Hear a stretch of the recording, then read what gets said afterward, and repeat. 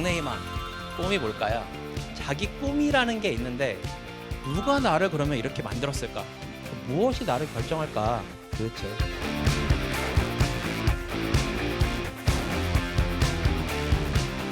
분명 같은 유전자를 갖고 있는데도 불구하고 다른 성격과 다른 취미를 가질 수 있다라고 얘기를 하고 있죠.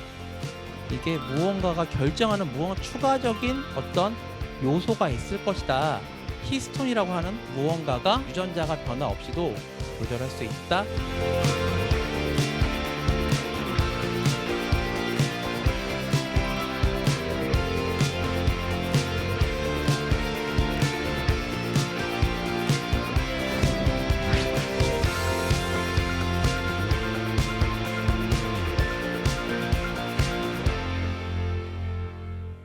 후성 유전자 요인에 따르면 선성적인 요인보다는 내가 이것을 어떻게 만들어가는지 후성 유전자적으로 조절 가능하다라는 것을 얘기를 하려고 준비를 했고, 꿈을 찾아가는 과정에 있어서 내가 이거를 안 돼 라고 포기하면 유전적으로 안 돼, 나는 이런 게 부족해 라고 하기보다는 학생들이 오늘 제 강연을 들으면서 자기의 부족한 부분을 보완하게 되고 그 다음에 꿈을 완성해가는 과정을 만들어가면 좋겠습니다.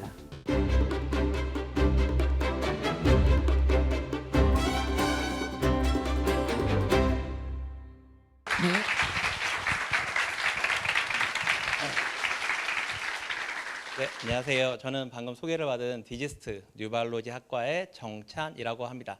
저는 주로 하는 연구가 뇌종양을 연구를 하고 있고, 그다음에 후성 유전학, 그다음에 신진대사에 어떤 관계가 있는지에 대해서 연구를 하고 있습니다. 오늘 제가 발표할 내용은 후성 유전학이 무엇인지, 근데 어떻게 하면 내 몸을 누가 결정하고 나를 어떻게 결정하는지에 대한 내용을 후성 유전학과 관련되어서 소개시켜 드리려고 합니다. 자, 우선 좀 뻔한 내용이긴 한데 장래희망, 꿈이 뭘까요? 잘 생각해 보면 자기 꿈이라는 게 있는데 내가 잘해서 되는 건지 꿈이, 아니면 내가 좋아해서 되는 건지에 대해서 잠깐 생각을 해보시면 제가 이따 끝날 때쯤에 이 얘기를 왜 했는지에 대해서 생각해 볼 수 있을 것 같습니다. 우선 저 같은 경우는 장래희망이 어렸을 때 초등학교 때부터 과학자였어요. 근데 솔직히 제가 계속 커가면서 나는 꿈이 과학자야, 그러니까 과학을 계속 해야지 라고 생각했다기보다는 중간에 꿈이 바뀐 적이 몇 번이 있었어요. 지금 결론적으로 봤을 때는 과학자가 돼 있죠. 근데 이 과학이라는 것도 제가 처음엔 식물을 했다가 그 다음엔 바이러스를 했다가 그 다음엔 뇌질환, 소아뇌질환, 그 다음에 소아뇌종양, 성인뇌종양, 이렇게 되게 꾸불꾸불한 경로를 가게 됐어요. 누가 나를 그러면 이렇게 만들었을까? 누가 나를 결정을 했을까에 대해서 생각을 하게 됐죠. 무엇이 나를 결정할까 도대체? 우선 생각해 볼게요. 우리 몸이 뭐로 이루어졌다고 배웠죠? 우리 몸을 이룬 거는 세포예요. 실제로 그는 사람 소장 부분을 보면 이렇게 조그만 부분이 있어요. 조그만 부분이 볼록볼록 튀어나온 게 하나의 세포예요. 세포가 있고 저런 세포가 수만 가지, 그다음에 수조, 그다음에 20에서 30조의 세포가 우리 몸을 이루고 있는 거죠. 세포는 실제로 어떻게 생겼냐 하면 이렇게 보통 세포를 하나를 떼서 키워보면 동그란 모양이 돼요. 왜냐하면 가장 에너지적으로 안정화된 게 동그란 모양이기 때문에 동그랗게 되어 있죠. 핵이 있고 세포질이 있고 그다음에 미토콘드리아 있고 여러 가지가 다 구성되어 있어요. 근데 결국에 세포를 이루는 게 뭘까요? 그러면 뭐가 세포를 만들고 있을까요? 운동을 하게 되면 뭐가 필요하죠? 뭐를 만들려고 하죠? 단백질, 그렇죠? 단백질이 있어야 돼요, 그렇죠? 그래서 기본적으로 단백질이라는 구조가 있고 걔를 어떻게 만드느냐가 중요해요. 그래서 세포 내에는 보시다시피 세포를 깨가지고 얘를 분리를 해보면 이런 식으로 여러 가지 단백질들이 이렇게 놓이게 되어 있어요. 그래서 전 몸의 세포는 기본적으로 단백질로 이루어져 있다라고 생각하시면 될 것 같아요. 그러면 다시 또 하나 들어가서 단백질을 만드는 것도 뭘까요? 뭐가 단백질을 만들까요? 누가 정보를 줄까요? 그거를 생각한 사람이 왓슨과 크릭이 있어요. 왓슨과 클릭이 처음 얘기한 거는 DNA는 이중나선으로 되어 있다. 그래서 그걸로 1962년도에 노벨상을 받게 돼요. 근데 재밌게도 이 크릭이 그 심포지엄을 가서 어디 학회에 가서 단백질을 만드는 건 기본적으로 mRNA, RNA가 필요하고 RNA가 필요한 건 DNA가 필요하다라고 하는 DNA, RNA, 단백질, 센트럴 도그마라고 하는 원리를 발표를 해요. 그래서 그 다음에 논문 내죠. 이렇게 손으로 직접 그려가지고 그 당시에는 워드 프로세서가 없으니까 타자기로 쳐서 그림은 손으로 이렇게 그려서 센트럴 도그마를 발표하게 돼요. 그러면 이제 또 궁금한 게 있어요. 뭐냐 하면 우리 모든 몸은 유전 정보를 갖고 있는데 어디에? DNA에 갖고 있다. 그럼 DNA가 같은 사람은 어떨까요? 쌍둥이야. 일란성 쌍둥이. 분명히 일란성 쌍둥이는 똑같은 DNA를 갖고 있을 거란 말이죠. 그렇죠? 그러면 똑같은 단백질을 갖고 있고 그렇기 때문에 외모적으로 똑같아요. 그러면 쌍둥이는 외모만 같을까? 아니면 성격도 같을까? 라는 거를 사람들이 과학자들이 생각을 했어요. 이 트윈스터라고 하는 다큐멘터리가 있는데 이게 뭐냐 하면 그 사만다라고 하는 미국인이 있는데 자기가 페이스북을 하고 있는데 친구들이 DM을 보내요. 야, 프랑스에 네 사진을 가지고 너 흉내내는 애가 하나 있다 라고 알려줘요. 그래서 실제로 둘이 영상통화로 만나봤더니 똑같이 생긴 거죠. 알고 봤더니 어렸을 때 부산에서 둘 다 태어났는데 이제 입양이 됐어요. 한 명은 미국으로 왔고 한 명은 프랑스로 간 거죠. 근데 서로의 존재에 대해서 전혀 몰랐어요. 전혀 모르고 있다가 거의 17살, 18살 돼서 처음 만나서 얘기를 해본 거죠. 그래서 둘이 만나서 얘기를 하는데 둘 다 당근을 되게 싫어해요. 전혀 다른 환경에 자랐는데 당근은 싫어하고 해리포터에 막 열광을 해요. 그 다음에 자기 고등학교 때 졸업식 때 입는 프롬나이트에 입었던 옷을 비교해 보는데 앨범 보니까 비슷한 옷을 입고 있어요. 취향도 비슷한 거죠. 그래서 음식 아니면 어떤 좋아하는 거, 취미도 유전자가 똑같으니까 공유하고 있다라고 사람들이 생각을 할 수 있겠죠. 근데 쌍둥이면 커가면서 처음에는 아까 아기 때는 똑같이 생겼을지 몰라도 점차 커가면서 달라지는 경우가 꽤 많이 있어요. 여기서 나와 있듯이 형은 운동하고 건강한 걸 먹는 걸 좋아하는 반면에 동생은 먹고 움직이지 않아서 분명히 쌍둥이인데도 불구하고 다른 체형을 갖고 있죠. 근데 잘 생각해 보세요. 처음에 사람이 태어날 때 난자하고 정자가 만나서 수정란이 되죠. 그렇죠? 세포가 하나에서 시작해요. 하나에서 얘네가 분열해서 2개, 4개, 8개 계속 분열을 해요. 계속 분열을 해서 결국에 28조에서 30조의 세포를 만들 수가 있는 거죠. 그렇죠? 분명히 하나의 세포에서 시작을 했는데 어떤 세포는 머리카락이 되고 어떤 세포는 손가락이 되고 어떤 세포는 위가 되고 어떤 세포는 눈이 돼요. 분명히 어느 세포를 다 떼어서 DNA를 분석해도 똑같은 DNA를 갖고 있어요. 근데 어느 세포는 눈이 되고 어느 세포는 발톱이 되는 거죠. 그래서 사람들이 질문했던 게 같은 유전자를 갖고 있는 쌍둥이가 왜 다를까? 아니면 하나의 세포에서 시작했는데 왜 무엇은 머리카락이 되고 무엇은 피부가 될까에 대해서 사람들이 생각을 했죠. 그래서 이거를 아이디어상으로 사람들이 이거는 증명할 수 없는데 분명히 DNA는 다 똑같은데 이게 무언가가 결정하는 무언가 추가적인 어떤 요소가 있을 것이다 라는 생각을 하게 됐죠. 그게 후성 유전학이에요. 에피제네틱스라고 염기서열 DNA는 변화 없이 얘를 조절할 수 있는 게 무언가가 있을 것이다 라고 생각을 했죠. 그게 워딩턴 경이 처음에 이 아이디어를 주창하고 에피제네틱스라는 말을 만들었어요. 하지만 과학자들이 이걸 증명을 할 수는 없었죠. 이걸 어떻게 증명할까라는 거를 생각을 하게 됐죠. 그게 1996년도에 데이비드 앨리슨이라고 하는 사람이 처음 증명을 했어요. 히스톤이라고 하는 무언가가 얘를 조절할 수 있다. 유전자가 변화 없이도 조절할 수 있다라는 얘기를 하기 시작했죠. 그래서 히스톤이 뭔지 좀 얘기를 할게요. 자, 히스톤. 우리 몸의 DNA, 아까 DNA라고 했잖아요. DNA 있다고 했잖아요. 세포 하나의 DNA가 몇 미터 될까요? 네, 3미터 정도 돼요. 3미터. 세포 하나의 DNA를 쭉 일렬로 넣어보면 얘가 3m 정도 돼요. 그럼 여기 있는 핵 안에 DNA가 다 있다고 했잖아요. 핵은 크기가 얼만큼 될까요? 6 마이크로미터 정도 돼요. 6 마이크로미터. 머리카락 두께가 한 80에서 100 마이크로미터 정도 돼요. 그럼 머리카락의 한 20분의 1 아니면 5분의 1 정도 되는 조그만데 3m의 DNA가 들어가야 돼요. 그렇기 때문에 사람들이 이게 연구를 해보니까 3m짜리를 6 마이크로미터에 넣으려면 막 구겨서 넣어야 되잖아요. 그렇게 하지 말고 뭔가 체계적으로 감겨서 들어가면 덜 엉키겠구나라고 해서 찾아보니까 히스톤이라고 하는 단백질이 DNA를 이렇게 꽈서 보관을 할 수 있게 핵 안에 잘 정리를 해주는 도와주는 역할을 했었어요. 그래서 히스톤은 보통 4종류가 2쌍씩 총 8개가 한 구조를 이루고 있고 그 다음에 얘네가 DNA를 이렇게 감싸주고 있어요.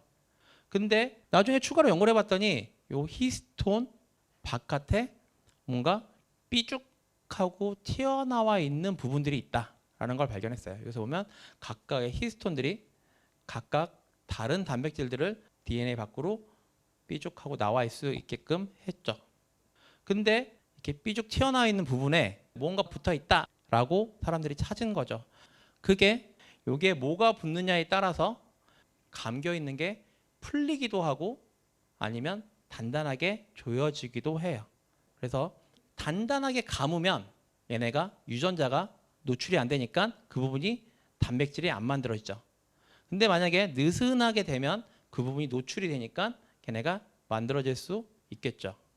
그래서 이 히스톤이라고 하는 부분이 얼만큼 타이트하게 감겨져 있느냐 아니면 얼만큼 느슨하게 감겨져 있느냐에 따라서 전사가 일어나기도 하고 전사가 안 일어나기도 하는 거죠. 우리 몸이 처음에 한 개의 세포에서 시작을 했지만 어느 순간부터 어떤 유전자, 눈을 만드는 단백질이 필요한 유전자는 히스톤이 풀리면서 노출이 되면 눈에서 필요한 단백질만 만들어낼 테고 그 다음에 만약에 발톱을 만드는 유전자다 하면 눈을 만들어내는 부분은 감겨져 버리고 발톱에 관련된 단백질만 노출되면 발톱이 되는 거예요. 실제로 2010년대에 노벨상 받은 거에 따르면 우리 몸의 세포를 떼서 어떤 유전자를 넣어주면 역분화를 해요. 다시 줄기세포가 되죠. 즉 피부를 뜯어서 줄기세포를 한 다음에 어떤 케미칼을 처리하면 얘가 뇌세포로 바뀌어요. 그 얘기는 뭐냐면 지금은 피부가 됐지만 내가 나중에 지금 연구도 되고 있지만 간이 내가 필요하다. 간이 내가 되게 심각한 손상을 입었다. 다른 사람한테 이식을 받으면 거부 반응을 일으키잖아요. 내 세포를 띄워가지고 줄기세포를 만든 다음에 다시 간세포를 만들 수 있으면 내 몸에서 나온 거니까 거부 반응이 없겠죠. 그런 연구를 실제로 하고 있어요.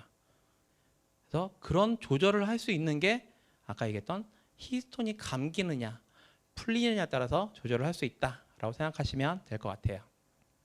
또 하나는 아까 DNA가 쭉 있을 때 거기에 DNA는 A, T, CG라고 하는 4가지 종류로 이루어지는데 그중에서도 C 부분에 메틸화라고 하는 무언가가 붙으면 그 유전자는 꺼져요. 히스톤 말고도 그렇게 껐다가 켰다가 할 수 있는 것도 DNA 메틸화에 의해서 가능하다라고 해서 주로 후속 여자학을 얘기할 때 히스톤 아니면 DNA 메틸화에 대해서 많이 얘기를 해요. 이해를 하셨나요? 여기까지? 어렵나요? 괜찮나요? 네. 자, 그러면 조금 이제 실생활에 관련된 얘기를 할게요. 후속 유전학 가지고 이제 기초는 다 이해를 하셨다고 하니까 자, 우리가 밥을 많이 먹었어요. 비만이 됐죠? 비만이 됐는데 내가 그러면 밥을 10끼를 먹었으면 10끼를 먹어서 뚱뚱해졌다. 그럼 10끼를 굶으면 다시 날씬해질까? 아니거든요. 그렇죠?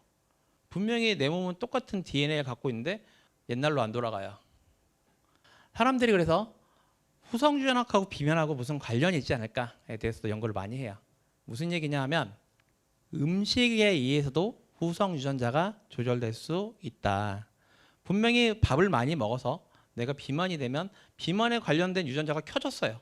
근데 왜 켜졌을까 생각을 해봤더니 밥을 먹었을 때 만들어지는 산물들이 있어요. 우리가 포도당을 먹거나 밥을 먹거나 했을 때 과정에 여러 가지가 만들어지는데 히스톤에 아까 팔이 나와 있는 거에 뭔가 붙어 있다고 했잖아요. 뭐가 붙어 있다라고 하면 그러면 붙이는 애들도 있고 떼는 애들도 있겠죠. 그 산물들이 나중에 봤더니 그 붙이는 재료가 됐어요. 아스틸을 붙인다든지 메틸을 붙인다든지. 그래서 이 팔에 무언가를 붙임으로써 그 비만에 관련된 유전자들이 풀리고 비만에 관련된 유전자들이 켜지는 거죠.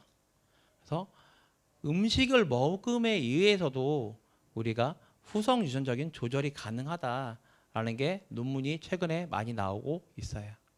조금 다른 얘기를 해볼게요. 그러면 술 많이 먹으면 알코올 중독이 돼요. 그렇죠? 술을 먹는다고 왜 중독이 될까요? 술을 먹었을 뿐인데. 근데 봤더니 세계에서 가장 높은 논문 중에 하나인 네이처에 2019년에 나왔던 내용이에요. 쥐에다가 알코올을 계속 먹였어요. 계속 먹였더니 어떤 특정한 히스톤들이 켜지더라. 이 팔에 아세틸이라고 하는 부분이 붙더라라고 얘기를 했어요. 아세틸이 많이 붙으면 보통 유전자를 켜주는 역할을 하거든요. 그럼 왜 아세틸화가 될까? 우리가 술을 먹으면 간에서 에탄올을 아세테이트로 분해하고 아세테이트가 혈중에 이렇게 돌아다니다가 머리 부분에 가서는 아세틸코A라고 바꿔줘요. 뭐냐면 ACSS2라는 유전자가 단백질이 아세테이트를 아세틸코A로 바꿔줘요. 아까 히스톤의 팔에 뭐가 붙는다고 그랬죠? 아세틸이 붙는다고 했잖아요. 이름이 아세틸코A잖아요.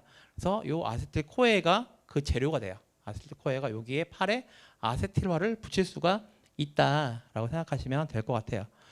어떤 유전자를 그러면 얘네가 켜줄까? 기억에 관련된 유전자를 켜줬어요. 그래서 사람들이 실험을 해봤어요. 무슨 실험이냐면 쥐를 가운데 통에 놔요. 그리고 첫날은 오른쪽에 놓고 알코올을 줘요. 둘째 날은 왼쪽 통에 놓고 알코올 안 줘요. 셋째 날은 다시 오른쪽에 놓고 알코올을 넣어줘요. 그다음에 그렇게 지그재그로 한쪽은 알코올, 한쪽은 알코올 없이 날짜를 바꿔가면서 했더니 쥐를 가운데에 딱 놓으면 다 알코올 쪽으로 갔어요. 아, 여기 뭔가 좋은 게 있네. 여기에 뭔가 가면 되게 기분 좋은 게 있네. 라고 글로 간 거죠. 그러면 아까 얘기했듯이 아세틸코에를 만든 애들은 ACSS2라고 하는 단백질인데 그게 아예 안 만들어지는 쥐를 만들어 봤어요. 사람들이 쥐를 만들어서 똑같이 그 쥐를 이용해서 처음에 딱 트레이닝을 시켜요.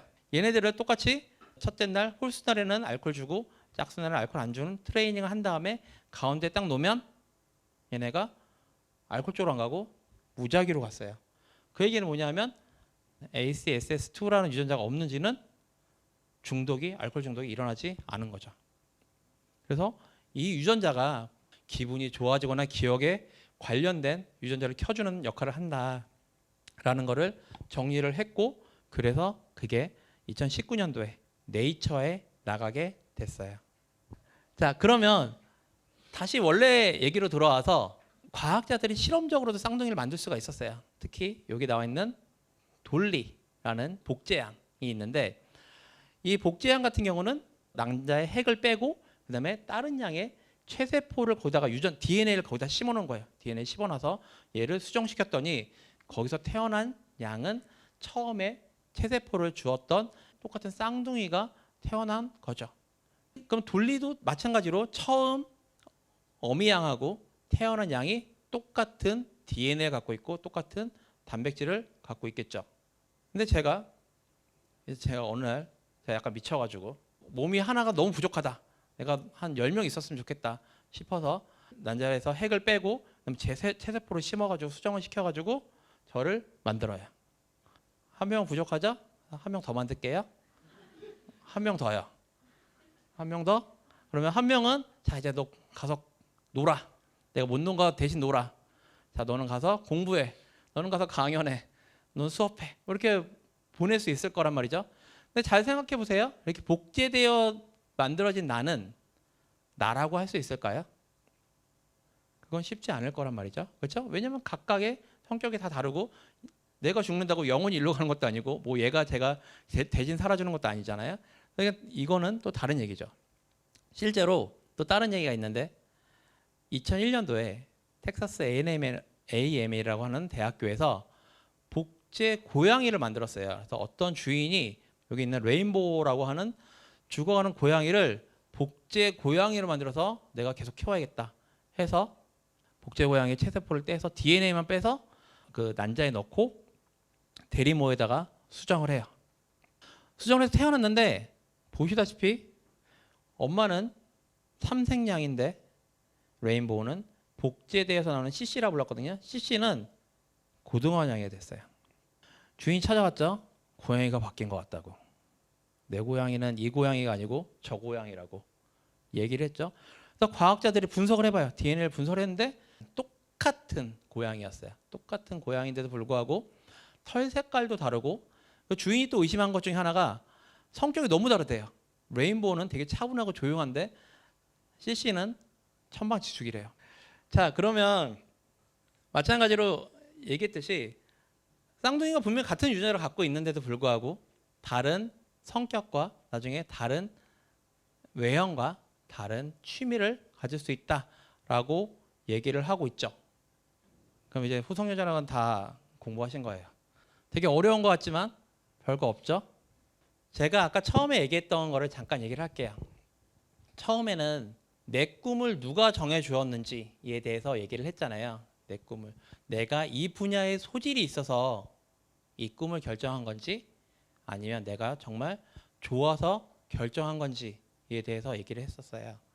저 같은 경우는 아까 다시 얘기해서 처음엔 분명히 누군가 과학자니까 나도 과학자라고 했지만 제가 맞는 걸 찾아가다 보니까 저의 꿈을 찾아갔다라고 생각이 들어요. 분명히 자기 꿈이 있을 건데 내가 이 꿈을 좋아하는 건지 내가 잘하는 건지 물론 그것도 중요했지만 내가 좋아한다면 그걸 계속 노력해서 발전시키면 분명히 그 꿈에 도달할 수 있을 거라고 생각이 들어요. 네, 제가 오늘 준비한 거는 여기까지입니다. 감사합니다.